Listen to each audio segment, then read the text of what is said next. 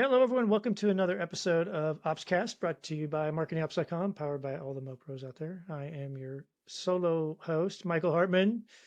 Joining me today is Andy Caron to talk about curiosity, attribution, psychology, and how all of it connects to marketing ops in surprising ways.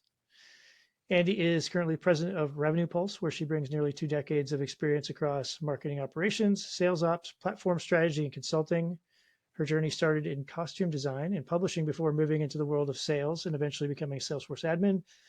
Along the way, she found her niche in the marketing tech space, blending creativity, systems thinking, and human insight. So, Andy, welcome. Thanks for joining us. Excited to be here. Yeah, by the way, I try to do this and I still forget. Did I pronounce your last name correctly? Caron. See, I That's should fine. have Many asked. people say Karen, and I don't even correct it. It's totally fine. Karen, Yeah. Caron. My first name is actually Andrelin, which is one of the reasons I go by Andy, and it Love frequently it. gets mispronounced as adrenaline. So my last name being pronounced correctly or incorrectly is the least of my worries when you have a first name like that. So, I mean, I won't take us off, but my name is spelled like it's not that hard, but it's spelled oddly enough with the two N's that I do get misspellings. It used to really bother me, and I finally like doesn't bother me. Yeah. But there was an episode at the driver's license office one time that but there's a story there. So anybody's listening, if you see me, you're welcome to ask me about that at some point, and I'll tell you the I get whole junk boring mail story. for Mr. Caron frequently enough that I just all bets are off. It's all good. Yeah, yeah. There we go. All right. Well, sorry about that. We'll carry on. All But good. let's start with your background. You began in costume design and publishing. So I'm just curious, like first off, what you may not know if you've listened to a lot of the episodes, you're not the first person who's got some sort of connection to like theater world Yeah. that's been a guest and is in marketing ops now. So I think that's an interesting fact. But what drew you to that? How'd you evolve? Like tell that story. I fell bass backward into mops is the long and short of it. But the journey, in a sense, I guess, was that I started out pretty young with an interest in theater and did a lot of school plays and was part of audition group choir and all that kind of stuff. And in high school, I had the opportunity to work at our local repertory theaters, wonderful small theater up in the Sierra Nevadas. Did great productions, and I did everything from backstage work to sound production and back again.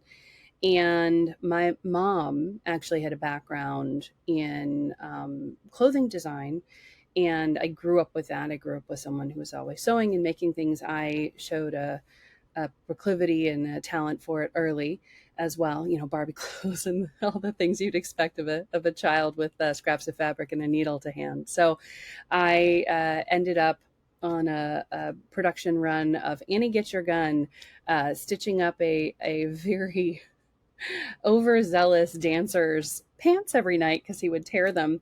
And from that, got recruited into the costuming division of the theater. Absolutely loved it. I've always had a passion for costume and the idea of being able to create and experience a persona through clothing. Just absolutely fascinating. So after I moved on to college, I started picking up local theater work. And when I graduated, I actually moved down to LA to pursue costuming in film. I discovered I wanted absolutely nothing to do with the movie industry, as it turns out. I can Not imagine. not my vibe, as the kids would say. And so from that, I actually had a referral from a friend from college into yearbook publishing, of all things. It was my entree into Adobe InDesign 2.0, and also all things, you know, education of technology to those that haven't encountered it before, don't know how to use it. So working with middle schoolers and high schoolers to help them learn Adobe, help them learn journalism and land and Oh, all these so different. it wasn't just the publishing of the yearbooks per No, it se. It was was also helping business. Yes, the the end-to-end students. Okay, production and delivery of the yearbooks themselves. So I got to work with about 40 schools across the Los Angeles basin for nearly 4 years, and absolutely loved it. It was a hard industry to be in, especially sure. with yearbook sales kind of going down at that point, and particularly in that region. And ultimately, I relocated out of LA, and at that time also exited that company. But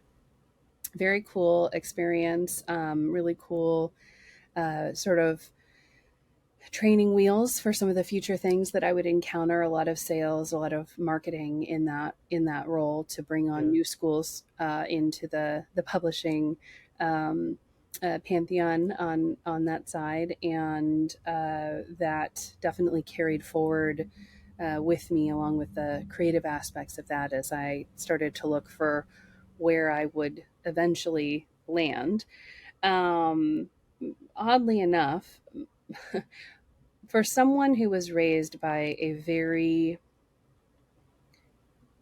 out in the world working mom, I had yep, somehow been raised with this idea that I would grow up to be a stay at home mom. I don't know why my mom instilled that or kind of put that in there, but she was actually the first female photographer to work for Ford Motorsport. So I don't know if maybe she just thought, wanted something less complex for me or whatever, but that was my thinking. And so in my 20s, I was frankly treading water with jobs, not careers, yeah, because of that, mentality. And um, in uh, in the year I turned 30, I took a job with a startup.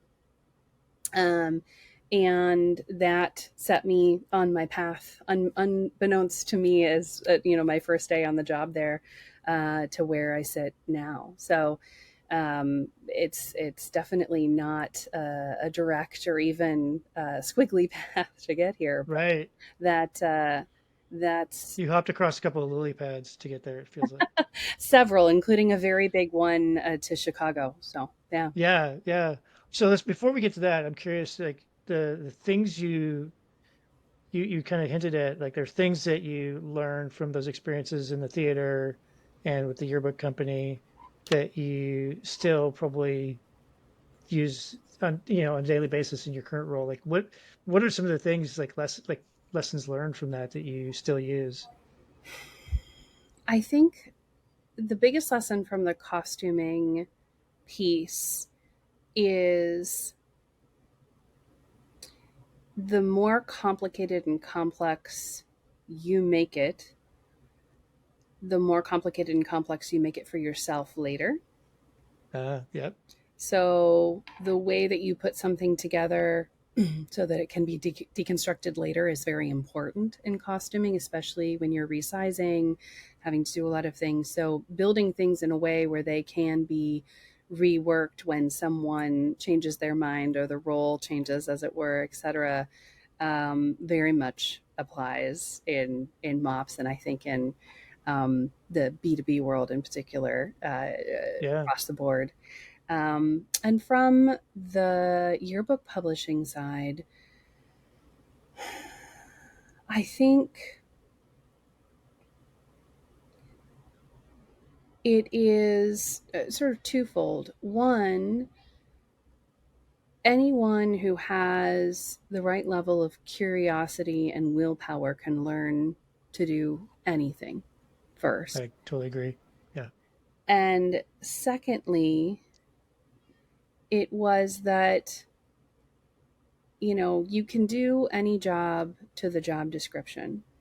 But the ones where you actually sit down and pull up a chair and scooch in and get your elbows dirty, even if it's not your job, the outcomes will always far exceed what would have happened if you just let people kind of run on their own without the assistance that they maybe could have used from your perspective inside of it.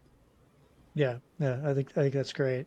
Um, I love it. So you hinted at like you jumped a big lily pad jump. if I remember right, you moved to Chicago, Yes. jobless, right? In In 2008 of all years, which right before the crash happened. Super perfect good timing. timing. I have exceptional timing. That's what that tells me. Yes, I did. I was originally from Northern California, had moved to Los Angeles post graduation, and I was in this phase of my life where I was considering moving back to Northern California, but that felt like going backward. I came out to Chicago on a trip, and it just felt like home. And I thought, in my late 20s, it's the time to do a crazy thing. If I'm going to do it, now's the time. And so I picked up and I moved, and it was a bumpy time for finding jobs. I took temp work, I Sure. waited tables, I did all the things I needed to do, sometimes simultaneously, to All the make things it you did when all you were in theater world, work. right? You Yeah, know? that too. Yeah, exactly. Just going back to basics, right? But ultimately, I land with a Chicago-based startup. I was their 12th hire. Was actually brought in a sales role. The entirety of my job description was open enterprise level opportunities. Period. Um, and I kind of like that. Actually, I think a lot of job descriptions are over engineered these days, fair, right? So fair. The enablement though was challenging. My very first day on the job, they gave me a computer that had seen better days with a spreadsheet on it where the columns and rows did not all match data wise with 300 companies that they wanted to pursue, and a phone.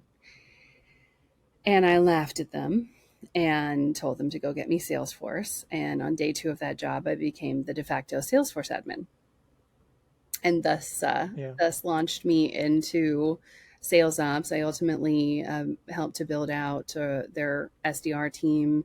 There, brought in email marketing, and then evolved that into automation, and eventually Marketo in 2012, and hmm was with that organization for 5 years, during which I was both marketing and sales admin on both sides, until I think the final year when they did bring in a Salesforce admin, who I offboarded, those parts to it, and decided to sure, stay on the Marketo side. But um, there was no documentation anywhere online on how to do any of this. There were Marketo user groups. There were, peers within the community, and the online help me boards and that type of thing. But the term we have today, marketing operations, didn't exist. right. I had, database specialist sort of titles and all that kind of thing, during that tenure. And it Did you ever have e-marketing on your title somewhere? I did. no e-marketing, Yeah, no. yeah. Yes, yeah, I don't think I had a marketing technology title until like 2018. So that's interesting. Yeah. I'm just imagining that like the Glengarry Glen Ross scene, right? When you first walked in, right? That's what I'm imagining, right? We've got you the leads, right? The Yeah. leads are good. I was their 12th hire, so I don't think it was even necessarily that coordinated. But Yeah, I bet. I bet. it was a wonderful, um, uh, sort of birthing ground for me to have the support and capacity to figure it out and try it and hand raise, and I think that was really, um, just exceptional, as far as, as someone who is a hand raiser, to be able to be in a space where I could say, I'll give it a shot, let's see if I can do it, and have Yeah. leadership support that and then reward it when it was successful, was really, really cool. Yeah, that's fantastic. So you mentioned that term hand raiser. So when we talked earlier, you said that you think curious hand raisers tend to excel in the space being Absolutely. like ops. Yeah. So first, like, did I get it right? And then, like, why do you think that's the case? I have found that people who are tinkerers, people who took apart VCRs when they were kids, who were willing to break a thing to figure out how to fix a thing, tend to excel in MOPS, because it's historically been kind of an uncharted space, one where you have to cut your own path and sort of navigate and maybe use maps that are left, from a previous, incarnation or role there or elsewhere in the community. But I find that hand raisers are willing to fail. And when you're trying something new, the willingness to fall flat on your face and learn how not to do it five ways first or Right. 50 ways first is really a boon. Yeah. Was it Thomas Edison who said, um, "I've never failed"? Like I'd be like, something like, I found 500 ways not to make a light bulb or something. He yeah, yeah. credited with it. I don't think he ever actually said it. Okay. You love Yeah. Okay. that Yeah. that quote, regardless of who coined it. Yes, yeah, exactly. Right. Right. Right. Well, it's interesting you bring up tinkerers because like that's a term I always say, like I'm not a tinkerer, but in some ways, when I think back to my childhood, I don't even know I was said as a tinkerer, but like I was willing to try crazy stuff and like take things up. Like literally, my neighbor and I, we took apart two bicycles, recreated a new one out of parts from both, painted it, made ramps, hurt ourselves, the whole bit. Things. Yes, Um, and we made go-karts and like we did all kinds of stuff. I don't really do much of that, but it was like it was purposeful tinkering. What I don't like is just tinkering for the sake of tinkering. Like fair. had, we inherited, not inherited, somebody gave us like an old sailboat. I didn't grow up sailing, Yeah. and it needed lots of work. And when I went out there, I was like all excited. I was like, I learned sailing. It sounds great. And then I noticed that everybody out there was literally out there all the time. Like all they did was just Both tinker with yeah, their boats. And I was like, I want to enjoy the boat. yeah. I'm willing to do that if I could, but they didn't seem to be doing that, right? They were just messing around. Interesting. So I think on the one hand, I feel like a tinkerer, but on the other hand, like I don't, it's not just for its sake. Does Yeah, that make sense? it does. Yeah, definitely makes sense. Yeah. But it's interesting that combination of what you talked about from your early roles in that description. I also think of my first job out of college was with consulting firm Price Waterhouse. And one of the things they did is they sent the consultants at that time, they'd actually shortened it. It was only 3 months of training on their methodology and their way of Mhm. doing stuff. And you had these cohorts from all over the country. Most of us were people like me with like an engineering or business Yeah. background or something like that in terms of our education. There's this one woman who, super bright, was a religion major. And I was like, how is she going to survive going through Mhm. this? Because we were doing programming and stuff like that. But it turns out what I realized from that is like she was curious, she was willing to try, and she knew how to learn. And she had a lot of other traits that I realized were just as valuable. And it kind of made me go like, yeah, I can probably code better and faster than she can now, but she's gonna figure it out. Yes, absolutely. So Yeah. yeah, it's funny. Yeah, so totally get all that. So yeah, another thing that you and I talked about was you studied human psychology, Yeah. um, and maybe this comes from some of your work in the theater stuff too. I suspect there's a lot of like human psychology that comes into play there, but um, I'm probably overgeneralizing. So,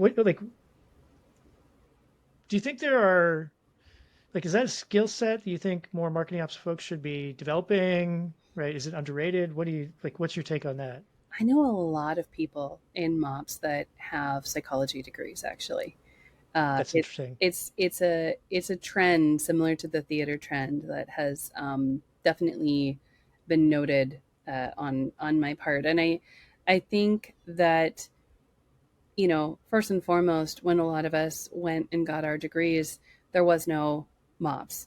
There was no MarTech in some cases. Right. So, what could possibly prepare you for this future role and sector of the market? And I think psychology as a whole in marketing, in business operations, whether it's marketing or sales or RevOps or other areas of operations, in leadership, all of those are um, so integral to working with people and to figuring out how to get people to want to work with you. Yeah. And so psychology and sales, psychology and marketing, I think those are natural. But when you are architecting systems to react and accelerate leads toward the goal that you want them to want to get to, Yeah. I think there's a lot of psychology that goes into that, and the if then what statements all have that, getting into the mindset of the customer associated with them, while also getting into the mindset of the business and the stakeholders and what they want and what their initiatives and goals and requirements for data and insights and ROI for these initiatives are. So I think it's all psychology. Yeah. I think a lot of people do it without thinking about it, with or without a degree. Sure. It just so happened that, I actually started out thinking I would go into therapy, that I would become a therapist. And when I was getting ready to graduate undergrad, I remember having this thought of being on a sofa, or on an armchair across from someone on a sofa who was there to talk to me about, his middle aged life with his wife not understanding him and his kids hating him and him hating his job. And me having had none of those things outside of school, just being in a position where I completely was unable to help this individual, Sure. and the um, uh, irresponsibility of moving to that next phase of my education and then career without having had some exposure to it. And so I ultimately decided that maybe I'd wait until I was like an empty nester and go back to school, and that would be my retirement plan, to retire as a therapist or something. Ultimately, I went back to grad school when I was 31, and I actually was focused on forensic psychology at that time. Um, Hmm. a deep interest in psychology and the law, and sort of helping in that arena. And in the midst of all of that, that's when I started working with Marketo at the startup, and I it was the right spot. I could dig in Right. and blink, and 4 hours later, I'd missed lunch, and I'd done all these cool things, and I loved it. And so I pivoted into psychology of organizational leadership at that point, and went forward. But I think about that journey, and I think psychology is probably a really good lead in for these types of roles, even going forward, especially with AI and how that changes the morals and the thinking and the fundamental sort of architecture of how people react and respond to it. So, Yeah, for sure.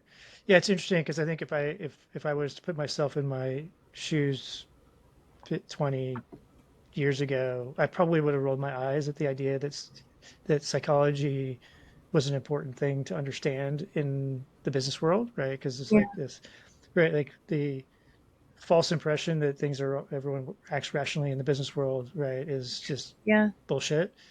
Um, yes, and I don't think I realized it till later. And now I agree with you. Like I think there's probably a lot of people who are listening or watching who might go like, "Oh yeah, it really is. Like it's just silly and it's not that important." And I would tell them to like rethink it. But I think for those who are interested, right, they go like, you mentioned like some people kind of naturally are able to do it, but I'm a bit like, and so they go, that's a soft skill in quotes, right? And term I hate because I think it's a skill, right? And some people, like any skill, some people are going to be more gifted naturally than others. And that, but you can like everyone can become there competent, I think, if they put their mind to it. Yeah, there's a fantastic book that was done around deep research in what makes a good CEO. It's called CEO Excellence, and Ooh. McKinsey Group had put that together. It was absolutely wonderful. But there's a chapter or section in there called "The Soft Stuff is the Hard Stuff," and I always think about that, right? Because working with people, the soft skills, right? That's the hard stuff. We're more complex than half the systems we work in, right? Um, Absolutely. I also always laugh about the fact that I had thought that I might be, a therapist one day, and eventually found my way into MOPs and Martech consulting, and essentially became a MOPS or Marketo therapist, right? Um, Consulting is often a sort of a form of therapy as It well. is a form of therapy for sure. Yeah, Yeah. yeah, exactly. Yeah. I mean, having been a consultant and hired consultants, I think sometimes sometimes it's easier to be honest with the consultant than it is with people internal to a 100%. Or company, to which have the is a consultant hard thing to say. say it straight to your folks when maybe when you say it, it doesn't quite translate or register or hit. Yeah. Yeah, for sure. Yes. So it's interesting. Yeah, I think I told you that one of our early podcast episodes, we had Brandy Sanders on, and she Yes. mentioned psychology and chess, right? Understanding chess I also love is like, that. Yes. um, it 4+ years later, like I still think of that on a daily basis, probably at least a weekly basis, like how important like that idea of like understanding how things are connected, Hmm. thinking ahead, and then the human Yes. psychology part of it. Yes. I That think the playing forward into possible paths and actions and those, checkmates from your opponent's AK systems or processes or departments on, well, this won't work because of this, and this way I could get here, but if this happens, then it's a failure. And that logicking right, forward, almost like a la three-dimensional chess from Star Trek, is very much part of this role. Absolutely, both yeah, systems and also the organizational side of it. yeah, For totally. sure. Yeah, I think I still love that idea. Let's maybe shift gears a little bit. So something we were going to talk about was, the idea to talk about attribution, everyone's favorite subject to love or hate, right? And when we were talking, I thought it was interesting that somehow we landed on the Hitchhiker's Guide to the Galaxy Yeah. and how the answer to the question, right, Yes. is Yes. a great analogy for the trap that we could fall into about being obsessed with data. So you want to walk through what kind of the thought process there? Yeah. So I struck on this a couple years ago, and I actually got the opportunity to present on this at the first year from Palooza, which was really, really fun. I walked away with a 42 tattoo, a la the tattoo booth. um, Ah, as nice. well, sort of a fun remembrance of that. But it's interesting. So he's a favorite author of mine, and I love sci-fi and fantasy and anything that marries that together with insights on humanity, and in particular I'm always drawn to. And Douglas Adams just did such a phenomenal job of that. But within his first book, in The Hitchhiker's Guide to the Galaxy, and the subsequent ones, that you find out the story of this sort of super beings that wanted to know the meaning of life, the universe, and everything. And they built a massive computer to get the answer to the meaning of life, the universe, and everything. And this thing processed for generations. And when it was finally times like a media circus, and they built up so much around it within their society, and the computer powers its screen on and comes up and says the answer to the meaning of life, the universe, and everything is 42. And you can envision in the book kind of not just being able to hear a pin drop with like the Right. um, and ultimately, the computer indicates that 42 is the answer, but they need the question for the answer to make sense. And that it's not smart enough to give them the question. And they have to build a bigger, smarter, much more complex, much longer running uh, computer and system to give them the question, so that then the answer will make sense. And in pure British comedy, Douglas Adams style, the computer's destroyed moments before it's set to spit out the question. Much to no one's surprise, if you're Right. expecting it, which I think most people are. But um, the parable of that is fascinating to me, as someone who has implemented and run many attribution systems and processes in previous organizations, and has done so as a consultant many times. The politics surrounding it, and sort of the thinking and process of, we have to build this very complex system to get at this massive question, right? And then we get an answer, and it's too complex, and it doesn't make sense because we're not speaking the computer's language, and the computer isn't speaking our language. And instead of figuring out how to translate or to ask better questions, we build bigger, more complex systems to then tell us more stuff, which then ultimately crashes. And in the interim, no progress or optimization to the business is being done or made Yeah. on a data, based level. And the irony in all of this being that Douglas Adams was a huge technophile. And one of the earlier coding languages, and one that purportedly he favored, 42, was a keystroke for an asterisk, which, if you work in data, asterisk is a placeholder. It's Yeah. literally, in my mind, translates to whatever you need it to mean for you. And if what the computer was saying was the meaning of life, the universe, and everything is literally whatever you need it to mean for you, that is quite a deep, profound answer.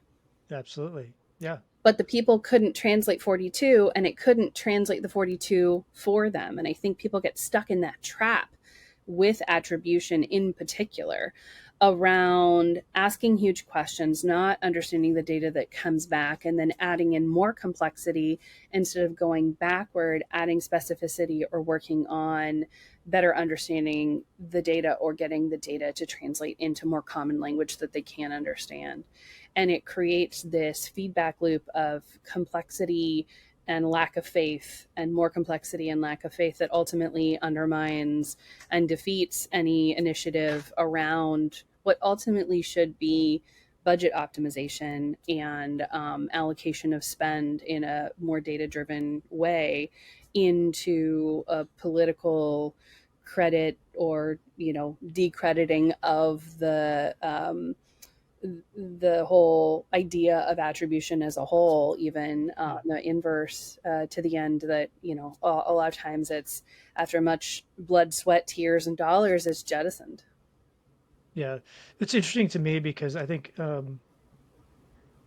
I was an early fan of the idea of attribution because I truly believe like with all this data, we should be able to get a better insight into what's working and not working, right? Where should we put our next dollar in marketing investment? I wouldn't say I've gone completely the other way. I think it still has a place, Mm-hmm. but I basically stopped interacting with the debates that get online about like which model to use because I don't think it really matters that much, right? My general take is pick a model, stick with it, look for trends. Don't expect it to be the answer, right? Which is I'm your on the point. opposite end of that, which is my favorite question that anyone ever asks me is, what model should I use? Because it inherently is a flawed question that shows the psychology of the thinking, which Yeah, is there are a slew of models related to attribution because each one answers a different question. And so the answer true. is all of them to answer the different questions and report against the different OKRs and KPIs that you are benchmarking for, and in how you're allocating budget. If you're allocating budget primarily to acquire, then you're going to look at your top of funnel. You're going to look at, a U-shaped model, what have you, and go from there, right? I think people get stuck in building a perfect model or building one model. If there was a one model to win them all, we would just have one model. Um, Yeah, and it gets tricky where people, especially I think, conflate building a model with the models. And so they'll think like we're just going to build a model as yeah, opposed to we're going to do different layers of data analysis from statistical models, which is what they really are at the end of the day, sure. against the larger data set. I think people also get stuck in this idea of having to have 100% of the data instead of being at statistical significance. If you talk to someone who, has studied and worked within math, especially higher maths, 5% is statistically significant, right? Yeah, of course. Versus, if we're trying to get to 80, 90, 100% data completeness or parity, like it's a fool's errand. It's I not going to happen. totally. So I say this all the time that people are looking for they want to eliminate ambiguity, and I think Yes. just by the nature of this data and the lack of controls around it, like you're never going to get to that. Right. This is what, but I think you're hitting on another thing. So my training is in operations research. My college degree is, which part of that is linear programming, and so the Mhm. like linear programming is guided towards. I'll give you a real life example of what people who with the I never practiced it, but the idea is like one of the applications right now that I know of is being used by like professional sports leagues to come up with schedules for their teams that have a Mm, lot of constraints and requirements about, yes. when a facility is available, how often can teams play, how far can they travel, what other events, and so there's not. This gets to the point, like there's not an answer, right? There are of probably nearly an infinite number of potential answers, and so you can optimize for one or a handful of them or some basket of them, but you've got like you. This is this difference. We had another guest on. We talked about. He told me about the Cynefin framework, Mm, um, which is kind of talks about like there's different kinds of questions and problems, but there's the difference between complex and um, um, now I'm going blank. Anyway, but like complex is a modern race car, right? Where yeah. like there's an answer, like if there's a problem, there's an answer if you know enough about it. Yes. Complicated is, right? This is the other one, is you really don't know the answer, right? You can take a guess, you can take an action, and I think people think that they have a complex problem, right, where there is an answer, Mm, when really it's a complicated one where there is not a interesting. single answer. So the best you can do is try to make a step in the right direction, learn from it, adjust, right? Yes. And I think so when I think about attribution, it is one of many potential things that you could be measuring. I would tend to lean towards the things that I know I have more control over. Like, Yes. did my email get opened and delivered? Which is like the stuff that people are moving away from in a lot of cases. Yeah. But like to me, I'm thinking about like the full journey, like all these places where I things can think, break down you and you can know, improve them. bot activity and other things have created such false positives around some of those Yeah, things that I have seen a trend to move away from one of some of the like more almost vanity metrics, if you will. yeah, But I think the biggest thing that people also struggle with in that space and that discipline is causation versus correlation, right? Like yeah, I saw this fantastic video that was comparing the rise in ice cream sales in a nearly perfect chart line with shark attacks.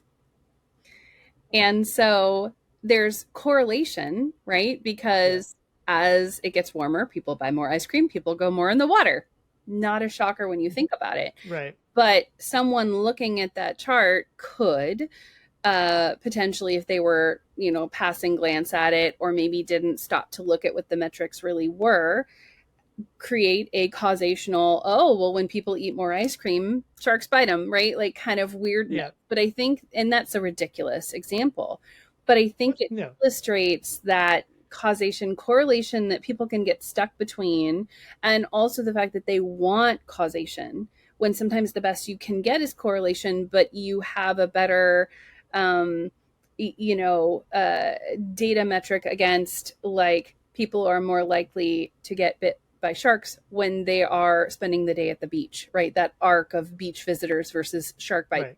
Like that's a much more parallel and causational metric potentially. So Yeah. um I think that's an We just had a guest on. We just talked about this. Like correlation is not equal causation, but correlation is correlation, right? So yeah, there may be something you can infer or learn from it, but not correlation is necessarily significant, but it may or may not be the reason why, or it may be one of right. many reasons why. Which is where Right. hypothesis and testing, and if we move this lever, does this happen? Okay, so now we can actually show causation and not just correlation, and that gives us the methodology to then, pump the brakes on that spend if it's not performing, or to increase, right? Like I think that's Right. where it goes to a scientific methodology of we're going to test a hypothesis and see what happens, and then use that to then go from there with the proof points to then modify or optimize, budget until we get to a point of, either diminishing returns or kind of if maxed out. And even if they diminish, it's still better than what we had. So let's do more, Right. Yeah. Yeah. So it's interesting. So the the previous guest that I talked about, one of the things that we were talking about is AI driven models for some stuff Mm, and how they can generate um, uh, things that look like they're correlated and people that just don't necessarily make sense. So the example that he used was um, uh, all the people who returned a product were the ones who bought, right? Which is like, of course, right? So, so this gets into the like the potential of AI, right? So yes. I'm curious about what you're seeing in terms of AI impacting the role, but also maybe this specific one where, like I've said for a while, like I actually am really excited about the potential of AI to uncover things that don't require a hypothesis necessarily to go investigate, especially a large data set. It's just you have to narrow down what you're going to do if you're going to use that scientific method. So they might be able to churn through all this data and look for things that might be related, but you need a human. Like my belief is like until further evidence, right? You still need a human to interpret that. I, for a long time now, have said, and I will hold to this, that most LLMs that I have played with or use regularly sit somewhere in the very eager and fairly smart intern position. Yeah, it's not a bad They're analogy. they're not ready to be hired on full time to take on one of the paid roles, but they can certainly contribute and participate and assist. But oftentimes you'll ask them to do something and they'll come back and you'll have to correct it and then correct it and correct it to get it the direction that you need it to go into. I hold and will continue to hold the line that I think this sort of pervasive underlying fear that a lot of professionals have that they'll be replaced by AI is in the short and midterm not realistic for two reasons. One, we're not there yet with AI. I mean, how often do you go into GPT and ask it for something and it gives you misinformation? And when you call it out on it, it goes, oops, sorry, my bad, you're right. Yeah, So the fallibility of that and the capacity for it to mess up, even in a trained agent environment, does have some areas to it that raise concern. Although with agents, we're quickly mitigating that with the level of expertise and deep knowledge we're able to give them if we're really focusing on a deep T aspect of that. right. Um, but I don't think that anyone's job is going to be replaced by AI for the most part in the near future, other than some of what we see with like automation at checkout stands as opposed to having cashiers and that type of thing. Although we've seen a resurgence back toward cashiers again, so I think it will be a progress that we'll see over time. I do think people will be replaced by people that are AI activated and AI capable and have the capacity and know how to work with and activate AI within the role. I think that will Yeah, happen. Um, the other thing is just a ROI factor. There's a absolutely fantastic book called A World Without Work. It was actually written in 2019. Daniel Susskind's the author, well ahead of his time, fascinating mind. And what he said, literally more than 5 years ago, well before the emergence of everyday AI utilization, was that yes, he does think that eventually we'll get to a place where society doesn't necessarily have to work because AI can do the bulk of it, and that comes with its own challenges and interesting philosophical contemplations. But what he said, which was really interesting, was that early postulation was that the low level kind of grunt work would be what was replaced by machines and AI. But he didn't think that that would be what would happen because the cost efficiency isn't there. There are things that humans will do at whatever rate that you cannot build a robot to do at the same cost efficiency I've or got an example. do it right. And so if that's the case, then AI becomes inefficient and therefore doesn't make sense. Yeah. So the example, just if you're curious, so Yeah. I'd like to say I'm a fly fisherman, but like I haven't been in a couple of years. But one thing I learned is that so if you've ever gone fly fishing and you had to buy flies, like they're expensive Yeah. for kind of what you get from them, but at least they feel like it. And I have asked, is like where are they made? And like I assumed that there was some sort of like factory. Well, there is, but it's all people. Yeah. So apparently the Can't process of try. doing those, doing well, it's all, yeah, they're all hand like, and so it's very human. Like it just, I guess they have not figured out. Maybe that was, it's been probably 10 years since I asked that kind of question, but yeah. So Yeah. like, I think you're right. I mean, there are things out there that just don't like either don't make sense from an like you said ROI standpoint to automate, or that are just yeah the whatever the dexterity Yes. capabilities of the machines is not there. Yeah, exactly. So, all of that said, uh, RP is has been an interesting place over the last several years. In spring of 2023, we sat down and made the decision to do AI training and enablement across the entirety of our team, everybody, HR, finance, sales, all of it. And of course, across our consultative team, because we knew that was coming, and we've continued and rolled out new training and enablement over the last 2 years to not only keep pace, but to be ahead of that curve. And we have been doing a lot of AI automation and augmentation for clients, and are coming to the market with an agent that is a MOPS cops um, sort of partner in crime, if you will. I always say he's not an autopilot, he's not a co-pilot, he's a wingman, because we're still not at a place where I want AI QAing things, or without a layer of humanity in between to check and make sure that everything looks good. Because errors can happen with humans, errors can happen with AI, but the level of error ratio, we have a 99.9% confidence at this point with him,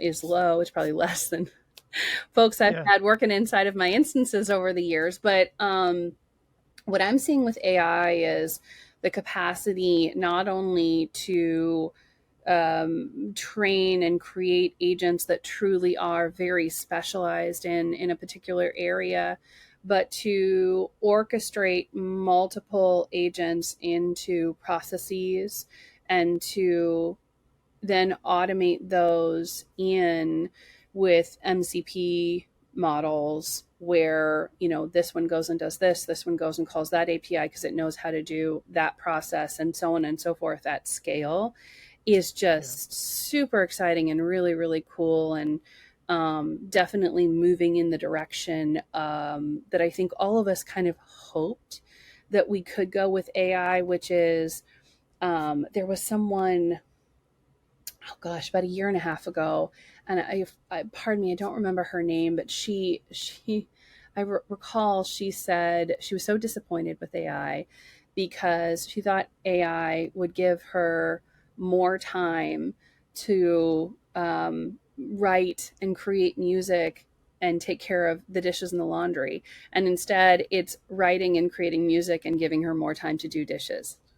yeah, yeah. And yeah, and I think this type of thing is that scenario where it clears, has the potential to and can actively clear and clutter away the laundry and the dishes and the day-to-day sort of repetitive tasks that you don't want to be doing, so you can get to that corner of desk stuff, so you can get to the strategic work, so you're not like just all day long a task taker that's dispositioning stuff for other people, Yeah, and instead can get to the more fun, more interesting, more strategic work. And so I think that emergent piece there is really exciting and excellent. I think um, at MOPSA last year, Scott Brinker talked about sort of that long tail extension of the SaaS sort of growth, with all of these little individual and small sort of homegrown agents popping up, and becoming part of the tech stack as a much larger piece of the overall deployments that we would see. And the scale of that he was predicting was both somewhat humbling and mind blowing, and also I think accurate, right? hmm, But it's interesting to me to see a paradigm shift from homegrown tech versus going out and buying a SaaS platform. Like the SaaS platform is, anytime someone says it's an in-house developed platform or tech, you kind of cringe a little bit. You're like, oh no, what's it going to do? What doesn't it do? Right. But this idea of, you know, developed in-house AI agents that have very specific roles and processes, I think we'll see a rise of that over AI I'm already seeing powered it. or Yep. enabled tech. And I love that. I think it's really cool. It's really smart. Yeah. I'm seeing that um, actually already. So yeah, I think it's gonna be fascinating. I think the short version of what I think is like the people who are not learning how to use AI as a tool to help them in their jobs are the ones who are going to be in trouble. I think but it is a tool, right? It's just Yes. like any other new technology. It's got our phones, right? We've got like this, they've Yes. all, you know, potentially cause disruptions. And so we need to learn to adapt and take advantage of it. I think in the workspace it's awesome. It scares me a little bit on the social side of things, to be honest. I think it goes down a whole different rabbit hole there. But for from a work side of things, I think it's an accelerator. It's so exciting. It's really, really cool. And the just the velocity of innovation and discovery around it has just been so cool to It's mind watch. blowing. Yeah, it's mind blowing. I wish we could go on. This has been a blast. Now, maybe we'll just call this episode The Answer is 42, so people can figure out what it is. That was a blast. Andy, thank you so much. If folks want to kind of connect with you, learn more, maybe just brainstorm on this kind of stuff with you, what's the best way for them to do that? You can find me at LinkedIn, easy peasy, just Andy Caron. Or you can send me a quick email, andy@revenuepulse.com. Always looking forward to connecting with people. And of course, I am on the Slack community as well. So feel free to look me up there. Fantastic. Well, thank you again, Andy. Thanks to our listeners and supporters. We always appreciate you. If you have ideas for topics or guests or want to be a guest, reach out to Naomi, Mike, or me, and we'd be happy to talk to you about that. Until next time, bye, everybody.